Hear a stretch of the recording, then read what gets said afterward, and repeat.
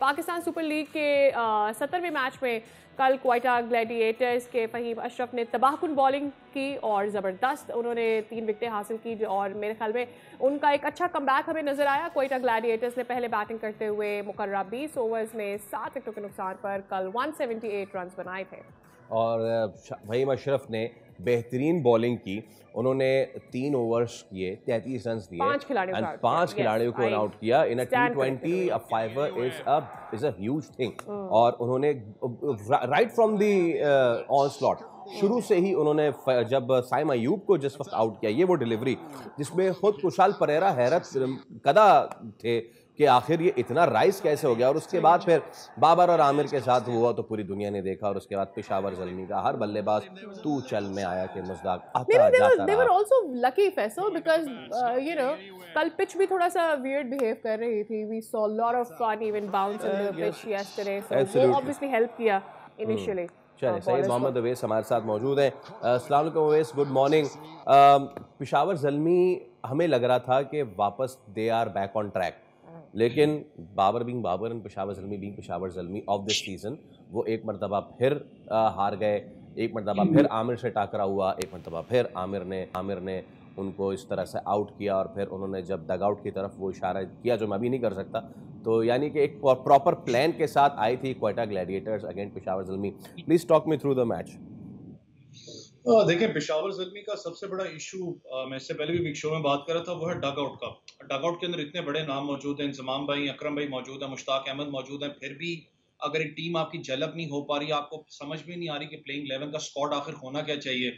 Squad की अगर बात करूं तो सबसे पहले मिडल ऑर्डर के अंदर आप बात करें तो टेकीसी की बात करें, जो कैटमोर की बात करूं, उसको वाइल्ड कार्ड एंट्री पे पिक किया था। बल्कि अगर उसके करीब करीब अगर मैं देखूं कि उसकी लीग्स के अंदर परफॉर्मेंसेस कुछ आज सच अच्छी नहीं थी, मुझे नहीं पता फिर भी उसको वाइल्ड कार्ड एंट्री पे किस लिए पिक किया गया था। आपके पास बैक एंड पे इस वक्त नजीबुल्लाह ज़ादरान बैठे हैं जो कि बड़े अच्छे सॉलिड मिडल ऑर्डर के बैट्समैन हैं।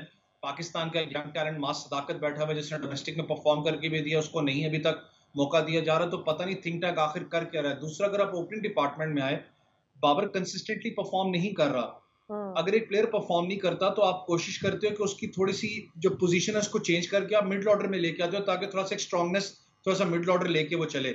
आपके पास हारिस परफॉर्म कर रहा है, आप उसको ओपन करवा सकते हो साइम के साथ। मैंने कहा ना, थिंक टैंक की समझ में नहीं आ रही कि अगर थिंक टैंक करना क्या चाह रहा है। ये थिंक टैंक की समझ नहीं आ सेटअप रही या वैसा बाबर आजम की समझ में नहीं आ रही। बिकॉज बहुत सारे लोग तो ये भी बात करते हैं कि बाबर आजम ईगो पर आ गई है उनकी ये बात कि उनको आना ही है ओपन करने। देखिए, 15 सेकंड या 10 सेकंड के लिए भी अगर कैमरा लगता है उसके ऊपर, लोग बात करते हैं, कमेंटेटर्स बात करते हैं, जस्ट नॉट पीएसएल, एवरीवेयर, के यार बड़ा प्लेयर है, बड़ा उसने परफॉर्म किया, सारे मामलात हैं।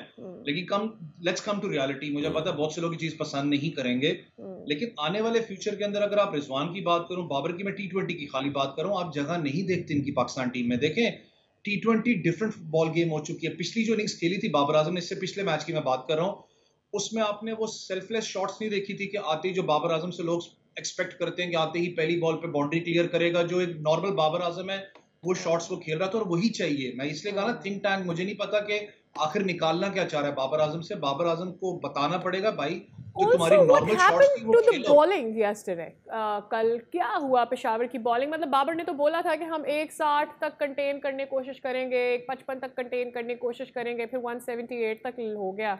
So what happened? फिर कल अली रजा नहीं चल रहा था। I was missing कि being a captain Babar Azam उसके पास आता और उसे समझाता। He's a young player, 17-year-old। वो घबरा भी गया होगा जब उधर से लाठीचार्ज शुरू हुआ होगा। Rousseau was not stopping। अगर अली, आपने बल्कि खुद ही बात की अली रजा की, अगर मैं बात करूं, अली रजा का सबसे बड़ा जो एक इशू है, क्योंकि वो एक यंगस्टर है, डोमेस्टिक के अंदर उसकी टॉप परफॉर्मेंस रही है। इन बिशॉप आपको पता है उसको हाईली रेट करता है, लेकिन अगर आपको याद हो, ये चीज जो मिसिंग फैक्टर आपको पाकिस्तान टीम में भी नजर आता था, बाबर आजम का मैं बात करूं, कि जब एक प्लेयर को मार पड़ रही होती है, खास करके एक यंग लड़के को, तो वो हमेशा कप्तान की तरफ देखता है कि उसको आके गाइड करेगा, उसको थोड़ा सा दिलासा देगा। बाबर आजम का मसला ये रहा कि कभी मैंने उनको, ये खाली इस मैच की बात नहीं कर रहा, पिछले मैचेस की बात करें, जो पहला मैच आपने पीएसएल का खेला था जिसमें 225 आपकी टीम ने खाया है, बाबर आजम बिल्कुल शॉक में थे। उन्होंने जाके बॉलर से बात तक नहीं की थी। जो होता है ना, आप रिलैक्स, उसका प्रेशर नीचे डाउन करते हो, मैंने कोई कन्वर्सेशन नहीं देखी बाबर आजम की।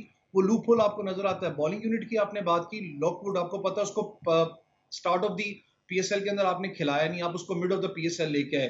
फिर उसके बाद नहीद राना, आपके पास टीम में आ चुके हैं, मुझे अभी तक समझ में नहीं आ रही। मैंने कहा ना थिंक टैंक, मुझे समझ नहीं आ रही करना क्या चाह रहा है। अल्जारी जोसेफ परफॉर्म नहीं कर रहा, आपके पास नाहीद राना ठीक है, हमारे पास वक्त की कमी है अवेश भाई, इस पे हम मजीद भी बात करेंगे, बट 12 हार गई है, सो लेट्स सी। सब्सक्राइब करें और बेल दबाएं ताकि कोई खबर रह न जाए।